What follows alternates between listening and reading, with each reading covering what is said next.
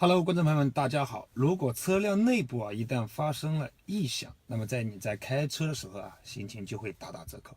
那有些异响是我们人为造成的，比如说我们在加装记录仪或者倒车影像的时候，由于布线的不规范而产生的一些异响。那么这种异响呢，我们可以通过自己进行一个解决。那么今天咱们就一起动手来解决这种异响。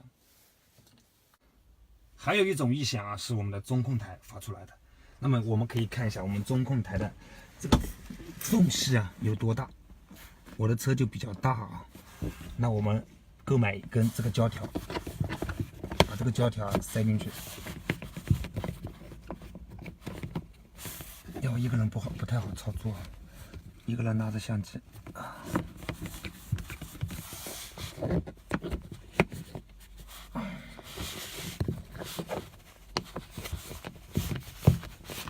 给它可以看见这个角落里，这个缝隙都是松动的。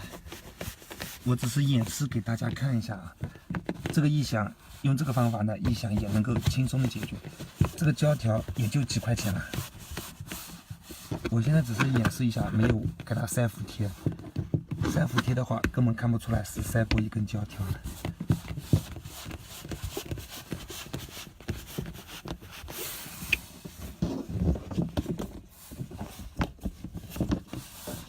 这根胶条的作用起到的作用也比较大。一般行车记录仪的安装把线塞在我们顶棚这个缝隙中，再从 A 柱把线塞进去。一般都是这样操作的那么这样操作会产生一个什么异响呢？看一下A 柱内部原厂的布线原厂的布线这个 A 柱打不开这个角度不知道大家能不能看清。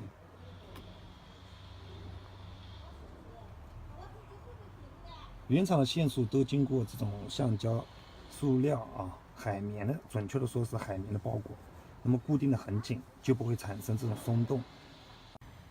一般情况下，你到店里让别人给你装这个记录仪呢，它线从来不会给你包的。